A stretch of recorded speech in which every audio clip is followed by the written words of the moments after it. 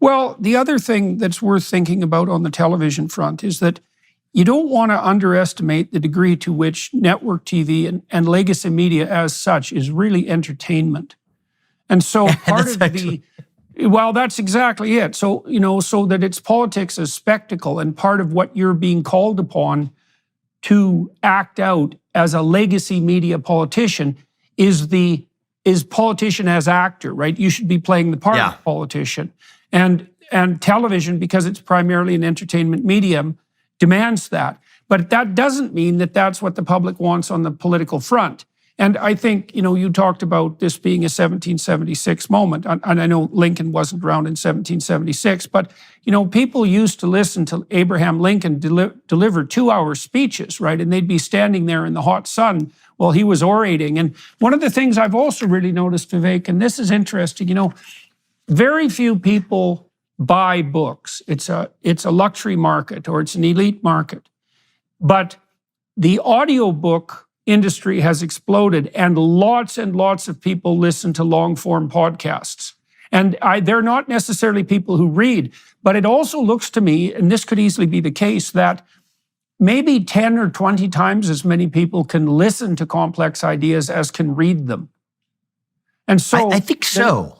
Well, it might be the case. Right. We don't know, right? Because it's a technological revolution, these long-form podcasts, and we don't really know what the significance of it is, although we do know that the most popular journalist in the world, and that's definitely Joe Rogan, is a long-form podcaster, and his podcasts regularly run 3 hours. So obviously people don't have a short attention span. I think that there's a couple interesting hypotheses of what's going on here. One is there might just be a real scientific understanding that this has revealed, which is everyone might have. I think I have, if this is true for everyone, it's definitely going to be true of me. Maybe a low-level dyslexia, right? Dyslexia might not be just like a condition for just a scarce few people, that there's something about the way that our eyes process information that's just a little bit behind where most people are on where their ears process information. But I think that there's something deeper going on in our moment. And I think it's not a coincidence that we see the rise of this podcasting form at a moment in our history when there's a demand for it. And why is there a demand for it? I think there is a deep hunger for human connectivity, direct, disintermediated, human-to-human connectivity. And the reason I say I think that's closer to the flame is that I see an excitement, Dr. Peterson, when I'm going to these events. I mean, I was in a few days ago in Iowa, in a barn, in a small town of just a couple hundred people. There were a couple hundred people in the barn. Literally, it was as though everybody in the town came to the meeting that we were having in that barn. And I think it's because we live in a moment where people are starved. We talked about this last time for purpose and meaning and identity, but people are also starved for a disintermediated relationship with their fellow citizens and human beings. And so there's something about hearing the voice, especially if it's the voice of the person who actually wrote it, right? So I think that's why the audiobooks are more successful when the actual author reads it. It's also the case with the podcasts that they're unscripted, eh? And so yes, I think there's a great difference in listening, and this might be one of the ways that a long-form podcast actually has an advantage over a book. I think it's easier. I think you can think more deeply in a book, but I also think it's easier to deceive people because you can craft your lies in a book, but it's very difficult to craft your lies in a spontaneous conversation, right? You get falseness of tone, you get awkwardness of body posture. You can tell when people are delivering a soundbite, and I think part of the reason that people like Rogan, and Lex Friedman's a good example too, Friedman, is that the reason that they're so popular is because they are genuine. The same thing is true with Russell Brand. He's got more of a trickster shtick and he's a comedian, but of course Rogan was a comedian too. But that is a form of disintermediated interaction. And I do think that it's the antithesis of the crafted Hillary Clinton political class message. It's part of the reason that Donald Trump was also successful. And it is something that makes itself available to people like you. And Kennedy has been doing this very effectively too, who are using the new media. Pierre Poilievre, the conservative leader in Canada, has also done a very good job of that. It's direct to voter communication. And I think your comments that the time is calling for that because people are tired of being manipulated by large, gigantic enterprises, corporate or government alike. They want to see the real thing and they want to hear it because they can tell if it's real then, and Trump definitely capitalized on that. He didn't use the podcast format, although he used Twitter quite effectively, but he capitalized certainly on that. Certainly in 2016 he did.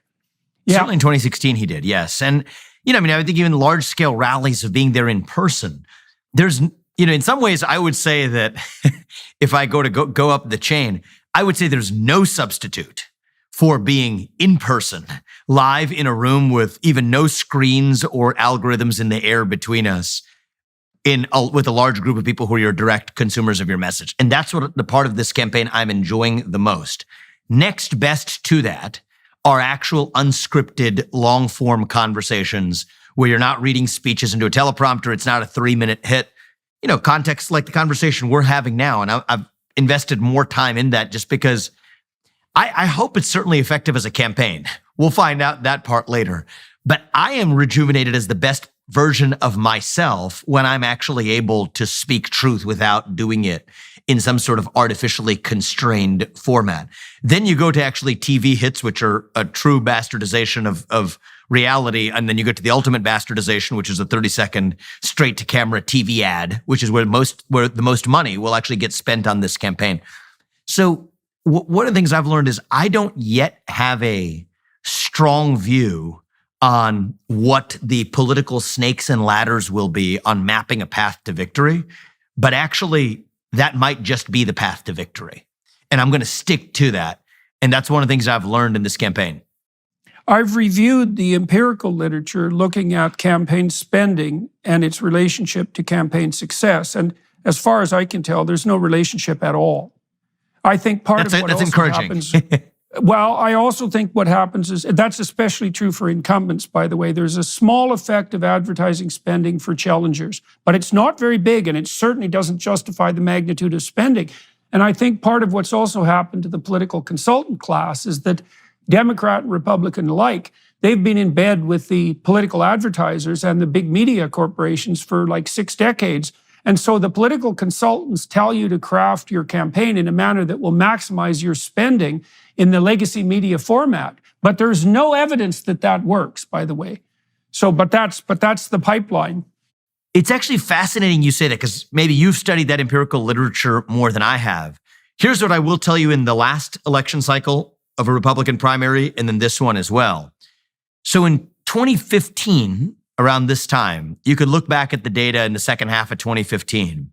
How much was each candidate spending per percentage point they had in the polls? So for Jeb Bush and Scott Walker and a bunch of these other guys last time around, it was millions of dollars per percentage point in the polls. For Donald Trump, it was in the tens of thousands, the thousands of dollars is what we're talking about in terms of paid advertising per percentage point. Now we look at it this time around, and I find this encouraging, suggests to me we're on the right track, where again, you look at the candidates in this race, if you count their super PAC dollars that are spending money on ads, millions of dollars per percentage point in the polls. For me, it's again in the tens of thousands. We're not spending boatloads of money, barely any money on paid ads on TV or otherwise.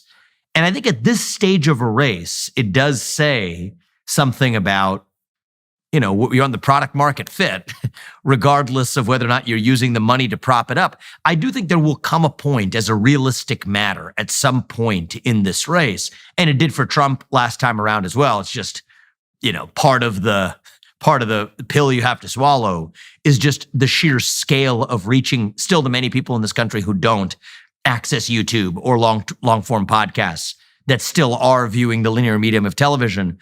And it does skew to be an older voter base that, yes, there's going to be a time and place for that in this campaign. But that's almost by the time you get there, you've already won if you're going in the right order. And so that's the way I'm viewing this too, is at some point we're going to need the mega money to probably pipe this all the way through. But I'm pushing that as far out down the line as we can. And I am more confident than ever that actually an outsider like me in particular in this race, can absolutely defeat the odds and win an election just as Donald Trump did last time around. And it says as much about the improved pipes that we have, thanks to new media that disintermediates television, but it says something even deeper, Dr. Peterson, about the people. The people can tell when they're being lied to. And I think that we live in this moment where the government, where the media, where the establishment believes that the people can't handle the truth. It's like Jack Nicholson at the end of A Few Good Men, right? You can't handle the truth. I think the people live in a moment today, and it's the voice that I'm representing on their behalf, on our behalf, to say that, you know what? We the people can handle the truth about COVID, about the Nashville shooter manifesto, about the Hunter Biden laptop story, about what really happened on January 6th, about what really happened over the course of the last year of vaccine mandate policies. We can handle the truth. Sometimes it's ugly, but just give us the truth. And I think that that's something that if a good thing has happened over the last 10 years through the Trump administration and otherwise, I think we have a population that was trained on